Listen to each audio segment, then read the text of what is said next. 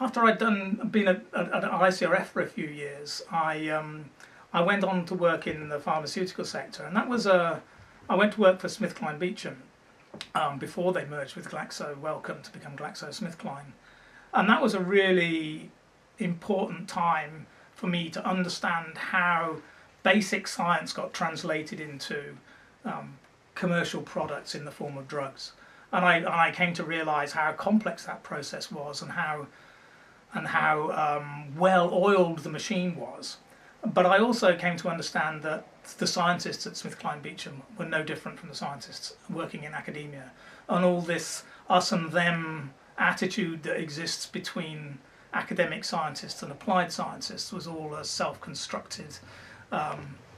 sort of vision that actually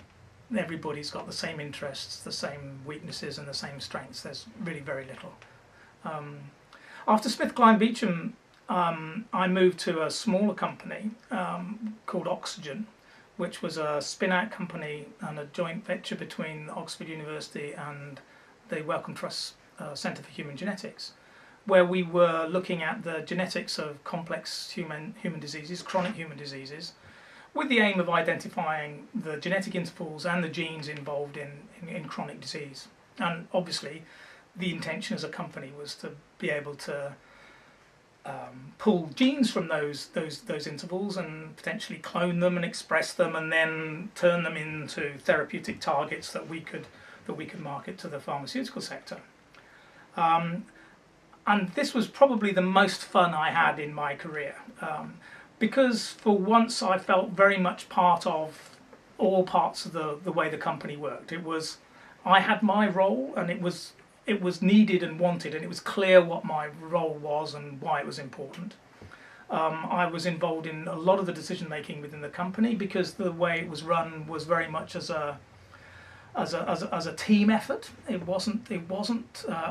driven by an individual personality, which is often the case in academic research. And so that and who the people were just made it work. I mean, it took a while to settle in, and it took a while to find my feet, but I was so glad I had that opportunity to work in an SME and be that close to all the decision making and really understand why you're there. Because in the big companies, sometimes